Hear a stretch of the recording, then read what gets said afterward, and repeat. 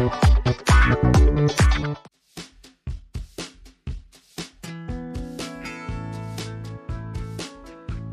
here's our ingredients. We need 4 cups of evaporated milk. Kayo na bahala sa brand na gusto nyo. And then 3/4 cup ng cornstarch.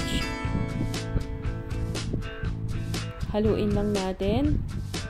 And then maglagay din tayo ng 3/4 na white sugar.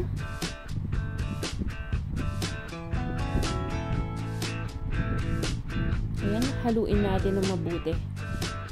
Bali, dalawa yung gagawin natin. Itong milk tea at yung isang ubi naman mamaya.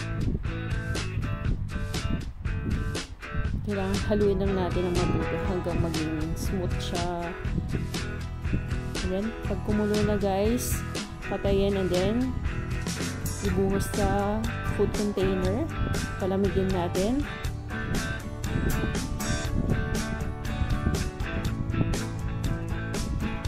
Para ka lang gumagawa ng maca blanca. And then, start naman tayo sa ube. We need 2 cups of water. Then, 4 tablespoon na cornstarch. Haluin natin para ma-dissolve agad yung cornstarch. Next, ilagay ang ube condensed milk, 300 ml.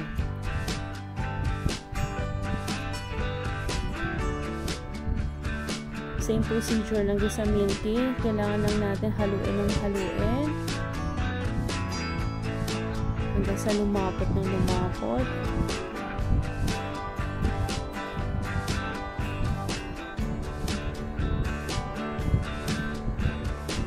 Ang bango pala ng ube guys.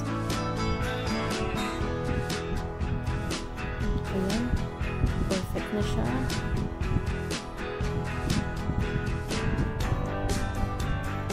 Konting-konti na lang.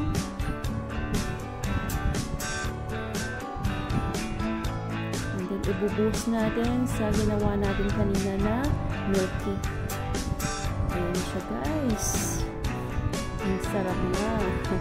And syempre, we need grated cheese para sa ating toppings.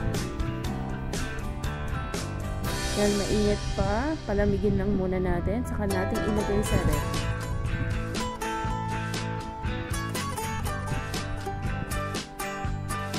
Masarap pag maraming cheese.